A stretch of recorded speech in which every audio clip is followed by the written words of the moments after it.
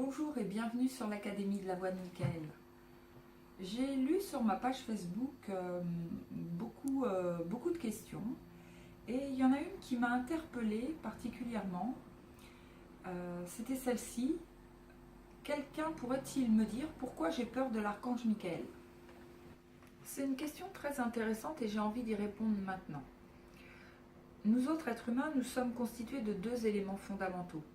Le premier, c'est le mental. Le deuxième, c'est la conscience. Le mental, qu'est-ce que c'est? C'est notre côté égo. C'est notre côté dense, matière, notre corps ici, dans la 3D. Quant à notre côté conscience, qu'est-ce que c'est? La conscience, ça va plutôt être notre âme, en quelque sorte. Notre côté lumière, notre côté divin. Ce que les anciens Égyptiens appelaient le bas. Ici, dans cette réalité physique qu'on appelle la 3D, les gens fonctionnent essentiellement avec leur ego, avec leur mental. Normal, puisqu'il s'agit de leur corps. Toutes les émotions, par exemple, sont de l'ordre du mental. Qu'on parle d'émotions dites négatives, tout comme des émotions dites positives. Une émotion, quelle qu'elle soit, appartient à l'ego. Une émotion nourrit l'ego. Une émotion est l'ego. La peur, et peu importe de quelle peur il s'agit, est la première de ces émotions.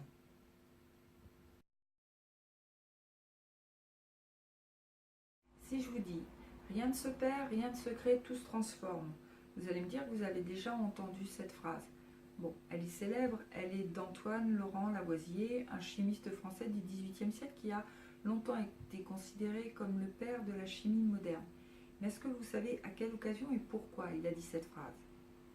En fait, il l'a dit suite à une expérience qu'il a faite. Et je vais vous raconter cette expérience.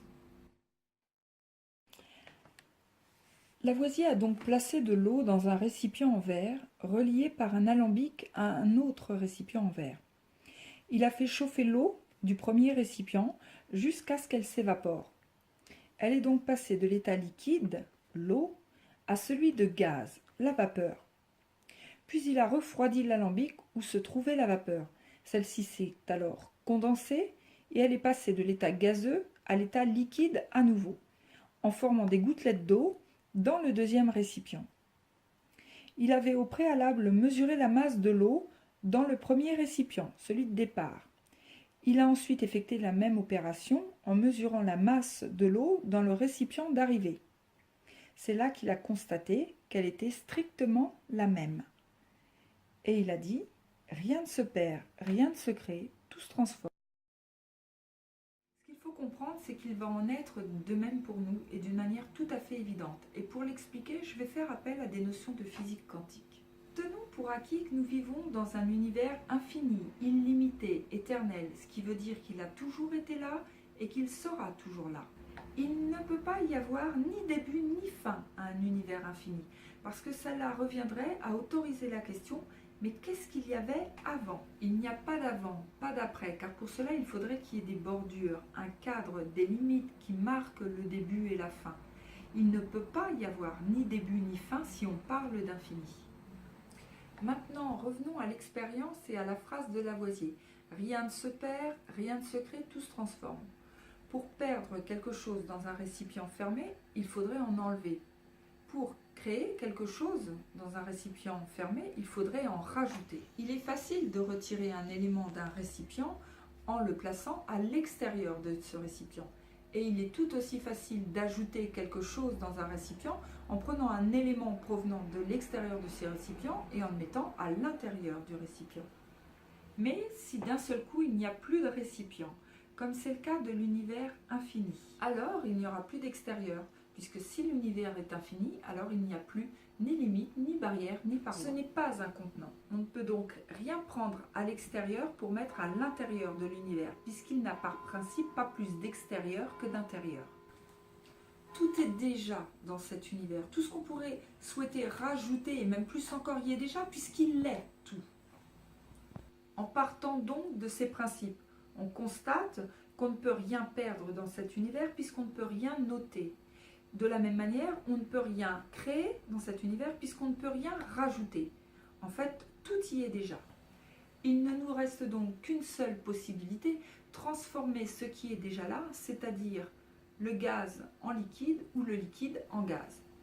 Mais qu'en est-il de nous? Eh bien, absolument la même chose. Nous vivons dans cet univers, donc nous sommes soumis absolument aux mêmes lois physiques. Nous sommes constitués d'une part d'ego, d'autre part de conscience, mais dans des proportions tout à fait inégales. En fait, pour être plus exact, avec beaucoup plus d'ego que de conscience. Quoi de plus normal, me direz-vous? Puisque nous vivons actuellement une incarnation matière dans la 3D. Notre ego étant notre côté matière, comment pourrait-il en être autrement? Donc beaucoup plus d'ego que de conscience. Et la conscience, c'est quoi déjà? Vous savez, c'est notre âme, c'est notre côté divin, notre supraconscience, comme disent certains. Voilà. En tout cas, une chose est sûre, c'est que c'est de l'ordre de l'infiniment petit. C'est du subtil, de l'invisible, de l'éthérique. Bon, ok, on est fait de tout ça. Bon, et alors quoi? Qu'est-ce qu'on en fait? Eh bien là, on fait un choix. Parce que tout n'est qu'une affaire de choix.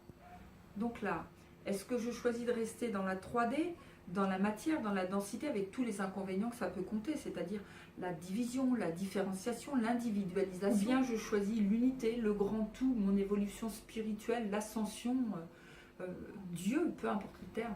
En tout cas, il faut choisir et c'est à vous de le faire. Dites-vous bien que personne ne pourra le faire à votre place car ce n'est techniquement pas possible. Donc me voilà avec tout cet ego et si peu de conscience.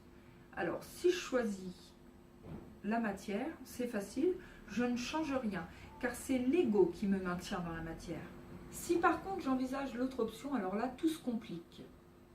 Parce qu'il va me falloir beaucoup plus de conscience que d'ego. Et si j'en crois ce brave Lavoisier, je ne vais pas pouvoir ni refourguer mon ego à qui que ce soit, ni m'approvisionner en conscience auprès de qui que ce soit. Je ne vois donc plus qu'une seule solution, transformer mon ego en conscience. Ça revient à dire transformer mon côté humain en côté divin. Et je peux vous garantir que ça ne va pas être une mince affaire. Il est évident que personne n'a envie de disparaître. On peut appeler ça l'instinct de survie. En tout cas, votre côté humain ou égo ne va pas se laisser faire comme ça. Pour en revenir à la question de départ, pourquoi est-ce que j'ai si peur de l'archange Michael? Ça s'explique très bien.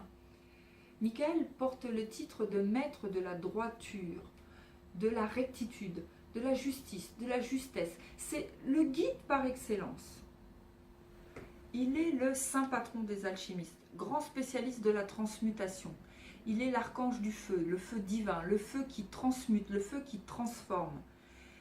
Si tu suis la voie de Michael, tu pourras transmuter ton côté humain, égo, en côté divin, en conscience. Il est la lumière divine, il est la pure lumière. Comment l'ego ne pourrait-il pas trembler en apercevant le maître de la transmutation? Et même si toi, tu ne t'en souviens plus, ton ego lui s'en souvient, ta conscience aussi.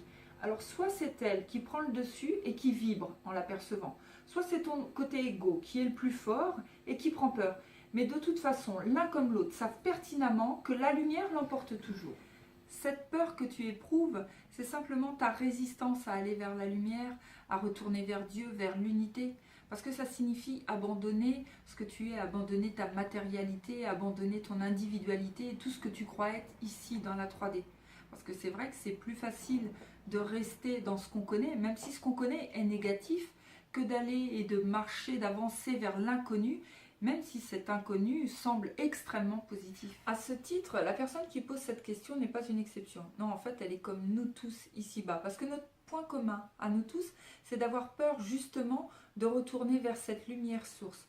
Alors je sais que je vais en choquer plus d'un avec cette phrase, mais elle n'est pas de moi, elle est de Michael. On aspire tous à retourner vers la lumière, mais comme on ne se souvient plus très bien de ce à quoi elle peut bien ressembler, cette lumière divine, du coup elle représente l'inconnu. Et l'inconnu, c'est effrayant. Alors on se rabat sur ce qui nous rassure. On est moins effrayé parce qu'on connaît le mieux, même si ce qu'on connaît le mieux, c'est l'ombre. Et là, en l'occurrence, ce qu'on connaît le mieux, c'est la 3D, puisqu'on vit dedans depuis longtemps.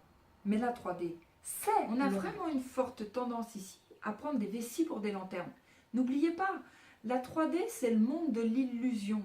Quiconque pénètre la 3D se retrouve immédiatement avec un voile épais sur les yeux, l'empêchant de voir les choses telles qu'elles sont vraiment. J'en entends déjà râler et dire qu'ils sont capables de reconnaître l'ombre de la lumière. Eh bien, cela, je les mets au défi de le faire. Voyez la 3D comme une pièce fermée, sans fenêtre sur l'extérieur, complètement noire. Et la seule lumière qui éclaire cette pièce, c'est une ampoule située au plafond.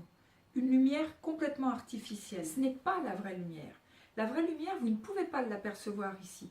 Il va falloir sortir de cette illusion, sortir de la 3D et de ce niveau de conscience. Je vous remercie de m'avoir écouté. Et si vous en voulez un peu plus, je vous invite à me rejoindre sur ma page Facebook, l'Académie de la Voix de Michael. À très bientôt.